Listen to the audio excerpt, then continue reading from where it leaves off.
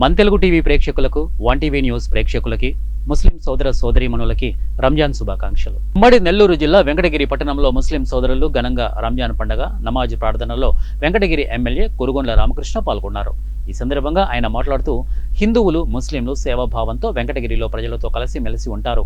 ఈ నమాజ్ స్థలంలో ప్రార్థన వేదికకు 36 లక్షలు ప్రభుత్వం నుండి నిధులు మంజూరు చేస్తారని ముస్లిం సోదరులకు హామీ ఇచ్చారు.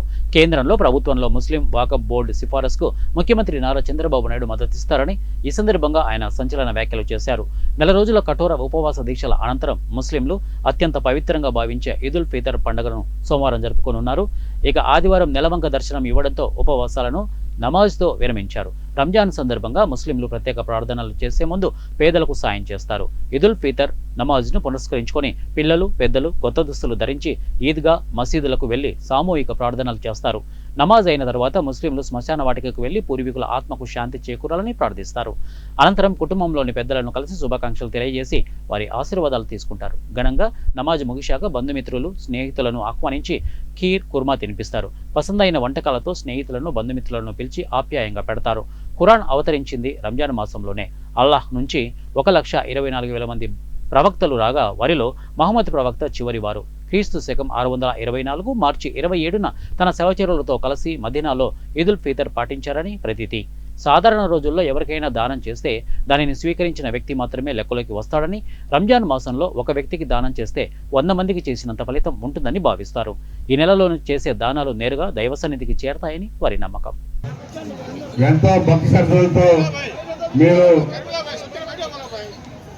ఈ మాసంలో ఒక్క పొద్దు నుండి పొద్దుని ముగింపు సభ ఏర్పాటు చేసుకున్నారు. అందులో నేను పాల్గొనగా అదృష్టంగా భావిస్తా ఉన్నాం. ప్రభుత్వం మారిందని చేయలేకపోయాం.